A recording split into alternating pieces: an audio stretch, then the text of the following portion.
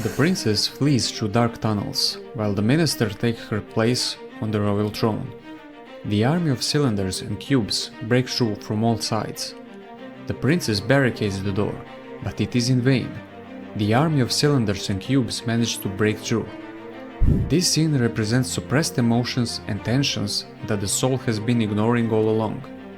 However, now that it can no longer ignore them, it must retreat into the dark parts of its subconscious.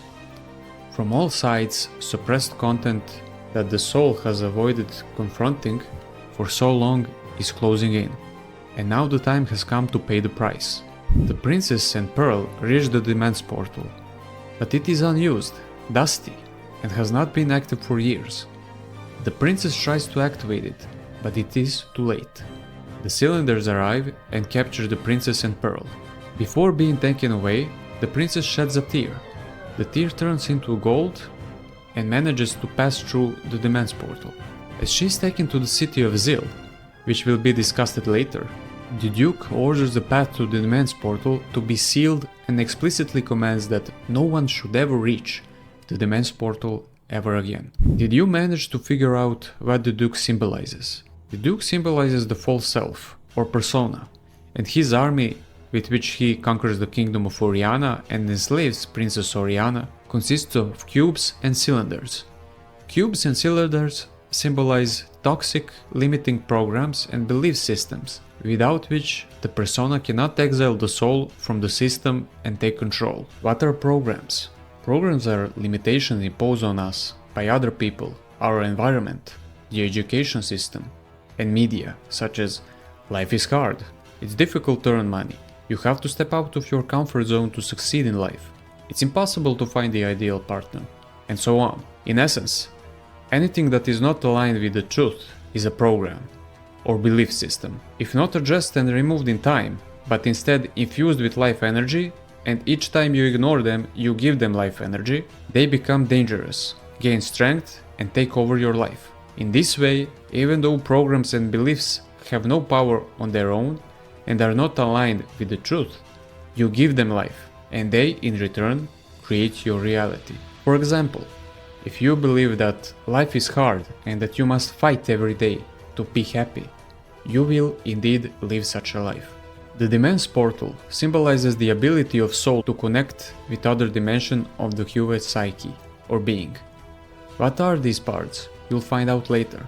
When the soul is not connected with other parts of itself, it cannot manage the system, and it is then suppressed by toxic programs and the false self. For the tear to pass through the Demen's portal, it must enter a code. Here, for the first time, we see the number 4.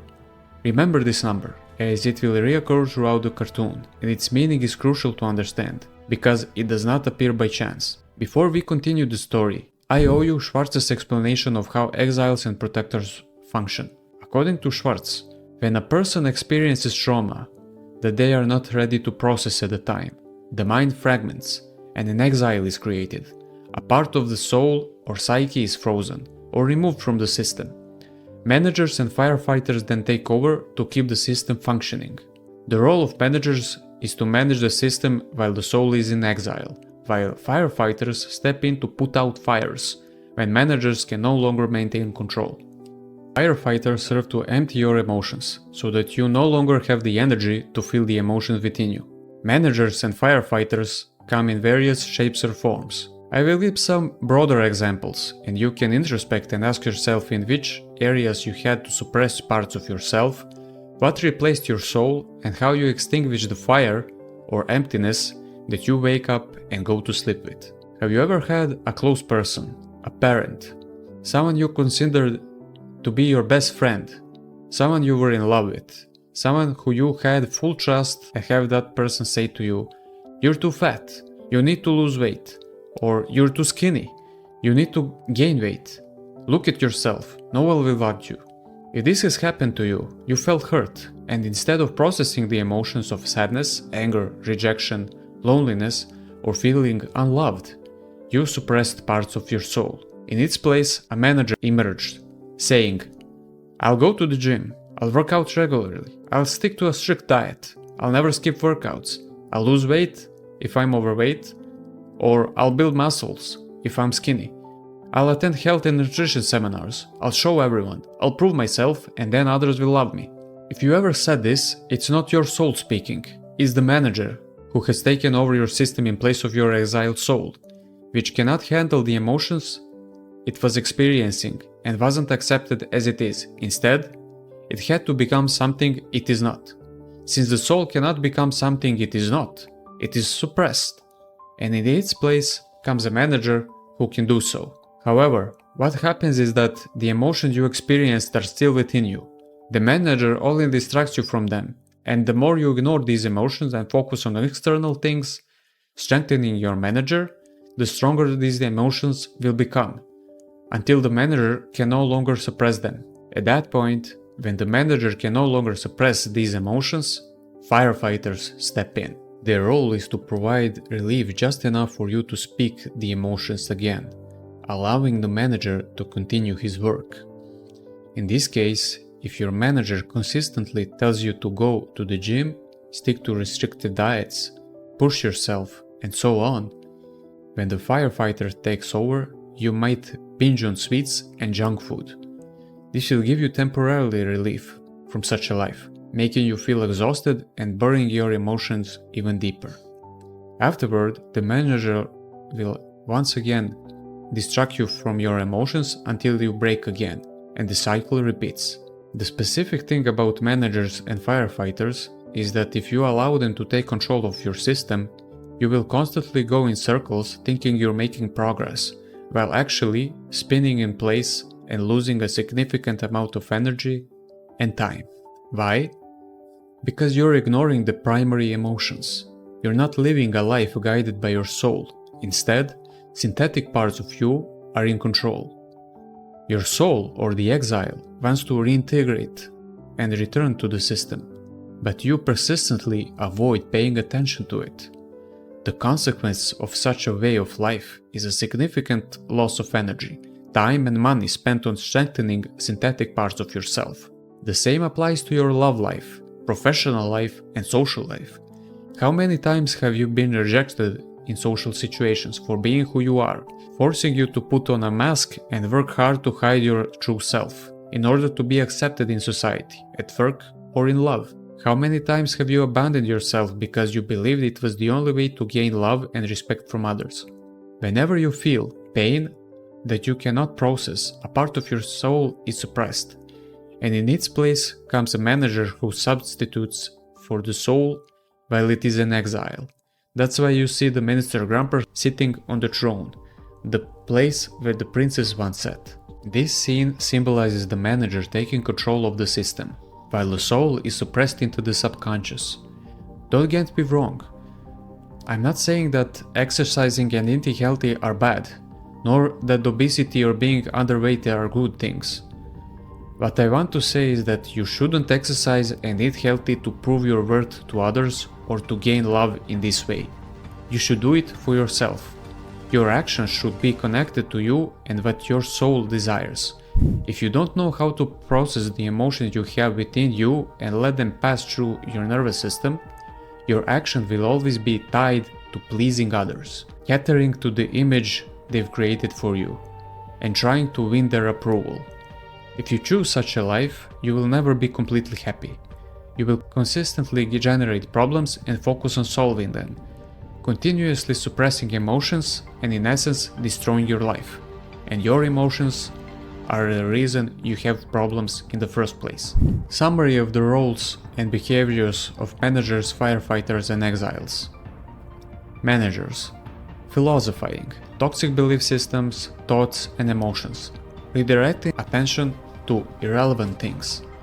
Managerial behaviors, people-pleasing, perfectionism, caretaking, controlling self and others, excessive self-criticism, judging, worrying, achieving striving, passivity, pessimism, procrastination, numbing, shutting down, denial. Firefighters. Binge eating, addictions such as alcohol, drugs, sex, gaming, etc.